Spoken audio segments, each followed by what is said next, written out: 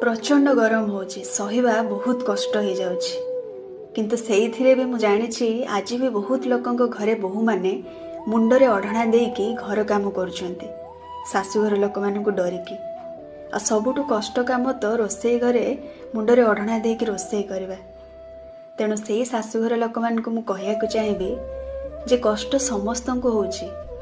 तेणु आज जदि आपण बहु मानकर कष्ट को बुझी न पारिबे, नीति नियम परंपरा और संस्कार दुहाई देकी सेमानंकु कष्ट देवे, भविष्य रे वार्धक्य समय सेमाने केमती आपणक कष्ट को बुझिकी आपणकर सेवा करिवे।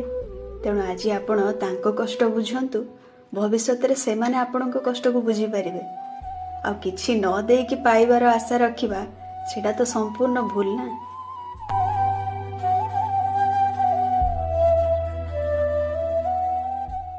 शाशुघरे गोटे झील को केबे भी अढणा दबार आवश्यकता पड़ न था जदि ता शाशु शशुर ताको गोटे झील भलिया मानि थांते, देढ़सुर ननद दियर जदि ताको गोटे भौणी भलिया मानि थांते।